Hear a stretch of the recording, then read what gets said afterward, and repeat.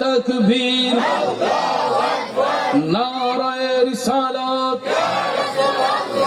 হযরত মাওলানা আব্দুর রহমান রিজভী সুন্নি আল কাদরি পিশা হুজুরের আগমন।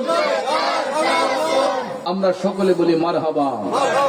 এতক্ষণ জিনার অপেক্ষায় অপেক্ষমান আমাদের সকলের প্রিয় মুখ, আমার পরম শ্রদ্ধ বড় ভাই মুজাহিদ আহলে সুন্নাত হযরত আল্লামা মাওলানা আব্দুর রহমান রিজভী সুন্নি আল কাদরি সাহেব আমাদের মধ্যে তশরিফ এনেছেন। অল্প কিছুক্ষণের মধ্যেই ওনার সুললিত কণ্ঠে কোরআন সুন্নাহর আলোকে নসিহতপূর্ণ বয়ান দিবেন। সুন্দর সুন্দর জিকিরে সামা আপনাদের সঙ্গে আদায় করবেন। আপনারা সকলেই ধৈর্যের সহিত আপনারা বসেন।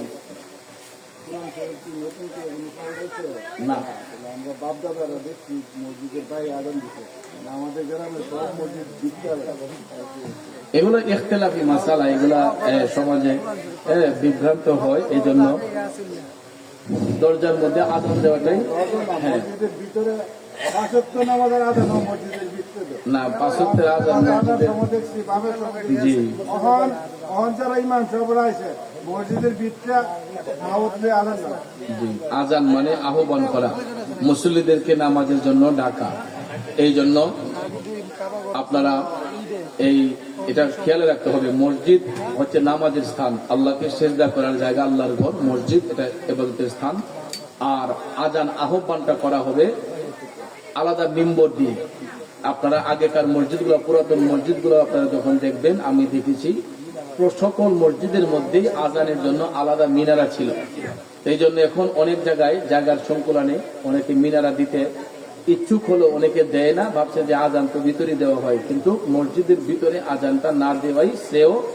তবে মিম্বরের ভিতরে, মেহরাবের ভিতরে যদি দেয় তারপর এটা মসজিদ। মেহরাব কিন্তু মসজিদের অংশ না, এটা মনে রাখবেন। মেহরাব আলাদা, মসজিদ একটা।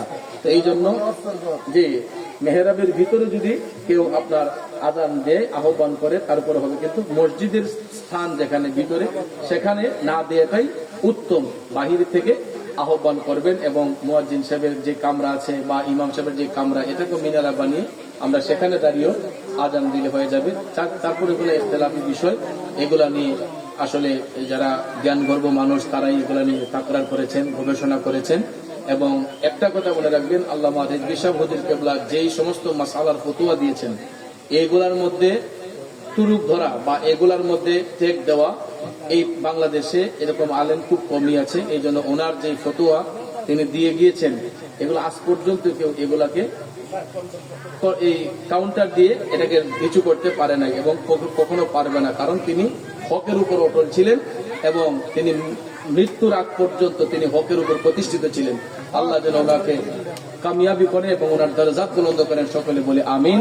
আমার ভাইজান রিজভী সাহেব আলোচনা করবেন, আপনারা সবাই ধৈর্যের সহিত বসুন। বিশেষ করে আমার স্নেহের জুয়েল তাহিরি, সে এই মাহফিলটা আঞ্জাম দিয়েছে। মাহফিলটা হওয়ার কথা ছিল 28 তারিখ, সেপ্টেম্বরের 28 তারিখ, কিন্তু আমি উমরাতে যাওয়ার কারণে একমাত্র আমাকে পাওয়ার জন্য আমার মহব্বতে আমার এই ভাইজান সহ